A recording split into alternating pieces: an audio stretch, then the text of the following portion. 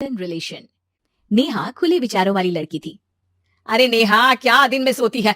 ससुराल में ऐसा नहीं चलेगा, वहां तो काम करना पड़ेगा। काम जितना काम होगा कर लूंगी माँ, पर अगर कोई ये कहे कि सारा आराम छोड़कर सिर्फ काम ही करना है तो ना भी ना, मुझे नहीं करनी शादी।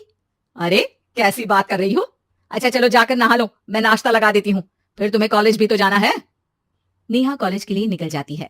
वो सोचने लगती है कि ससुराल में वो कैसे मैनेज करेगी। क्या हुआ नेहा, परेशान लग रही हो? अरे यार, तू तो मुझे जानती है ना, मुझे अपनी लाइफ बिल्कुल परफेक्ट चाहिए, लेकिन लग नहीं रहा लोग मानेंगे। यार कहीं मेरी शादी ऐसे घर ना हो जाए जहां मेरी जिंदगी ही नरक हो जाए। अरे मैंने ना कल एक इंग्लिश फिल्म देखी थी, उसमें भी कुछ ऐसी ही समस्या थी हीरोइन की। अच्छा, तो फिर क्या किया उसने?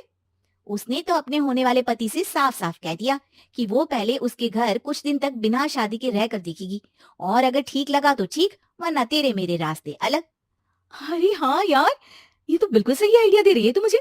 चल मैं तो चली, थैंक्स यार, तूने मेरी प्रॉब्लम सॉल्व कर दी। ये बोलकर नेहा खुशी खुशी वहां से निकल जाती है, लेकिन पीछे से उसकी सहेली कहती है, अरे नेहा, नहीं नहीं कुछ नहीं सुनना मुझे। ये बोलकर वो वहां से चली जाती है। हे भगवान, पूरी बात सुने बिना ही चली गई। अरे वो तो विदेशी फिल्म थी, वहां सब चलता है, लेकिन ये तो भारत है, सभ्यता और संस्कारों वाला देश, जहाँ शादी से पहले लड़की को ससुराल में नहीं रखा जाता। खैर, नेहा मस्त होकर घर आती है। नेहा, कल तुझे लड़के वाले देखने आने वाले हैं, और हाँ, इस बार कोई बहाना नहीं चलेगा। हाँ हाँ, आने दो, मैं तैयार हूँ शादी के लिए। अगले दिन लड़के वाले आते हैं, जहाँ लड़का कहता है, मुझे अकेले में लड़के से कुछ पूछना है। हाँ हाँ, क्यों नहीं बेटा, जाओ नेहा, घर तो दिखा दो इन्हें। नेहा भी खुश हो जाती है कि उसे मौका मिल गया है लड़के से अपनी शर्त रखने का। देखो, मुझे ना शादी से बहुत डर लगता है, पता नहीं कैसी लड़की आए, तालमेल बना पाए कि नहीं मेरे परिवार से।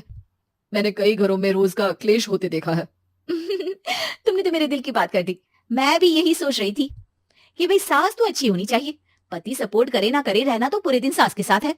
लेकिन मेरे पास ना इसके लिए एक बहुत अच्छा आइडिया है। अच्छा, कैसा आइडिया? क्यों ना शादी के पहले मैं कुछ दिनों तक तुम्हारे घर आकर रह लूं, तुम लोग मुझे समझ लेना, मैं तुम लोगों को समझ लूंगी, ठीक लगा तो शादी, वरना टाटा बाय बाय। क्यों?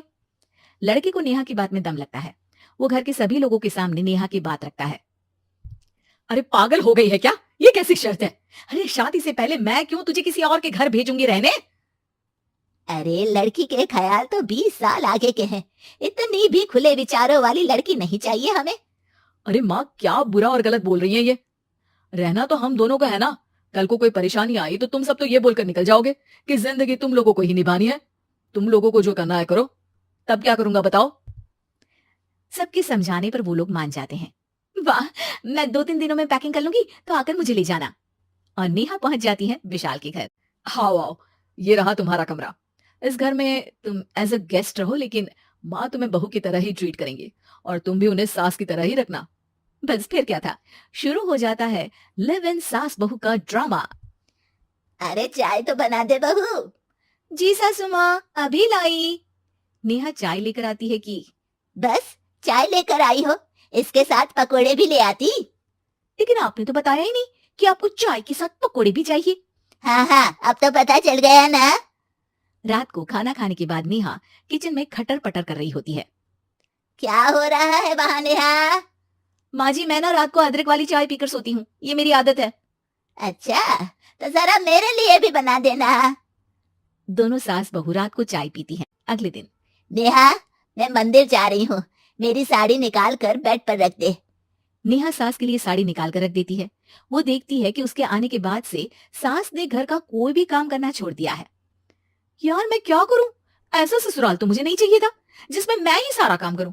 मैं तो ऐसा घर चाहती हूँ जहाँ सास और बहू दोनों मिलकर किचन में काम करें। हे भगवान, रात को चाय पी ली, पेट में गैस बन गई, अब तो चला भी नहीं जा रहा है। मुझे तो ऐसी बहू चाहिए जो हेल्थ के प्रति कॉन्शियस हो, क्योंकि वो ठीक रहेगी तभी तो मैं ठीक रहूंगी। दोनों समझ जाती हैं कि वो लोग एक दूसरे के लिए नहीं बने हैं। अगले दिन, नेहा, जरा चाय तो ले आना। नेहा चाय के साथ चिल्ला भी बनाकर ले आती है। सास खा पीकर सो जाती है। अगली सुबह, तेरी बुआ सास आ रही है, उसे मैंने तेरे बारे में बताया है। तभी वहां गंवार से एक महिला आ जाती है। चलो यहां से निकलो, कुछ नहीं है खाने के लिए, जाओ। ए नेहा, तमीज से बात करो। ये मेरी ननद यानी आशीष की बुआ है। हाय रे दैया, इतनी आकड़ वाली लड़की। अरे यही है ना जो शादी से पहले ही आकर बस गई है यहाँ पर। बस नहीं गई हूँ, बसना है या नहीं ये डिसाइड करने आई थी, लेकिन इन लोगों के रिश्तेदार इतने गवार हैं, तो मैं तो ना कर रही इस घर में शादी। अरे भाभी, अरे क्या कमी थी हमारे आशीष में जो आपने ऐसी लड़की की शर्तों को मान लिया। अरे वो तो आशीष के कहने पर मैं झुक गई, वरना ऐसी लड़की को तो मैं घर में घुसने भी ना दूं। ए हेलो, ऐसी लड़की कैसी लड़की? हाँ, बिना समझे बुझे शादी कर लो। अब तो समझ गई ना कि हम लोग गांव के हैं। भाभी को खाट पर सोना और रिश्तेदारों का गांव से आना जाना तो लगा ही रहना है इस घर में। हाँ हाँ, मैं तो किसी मॉडर्न घर में शादी करूंगी।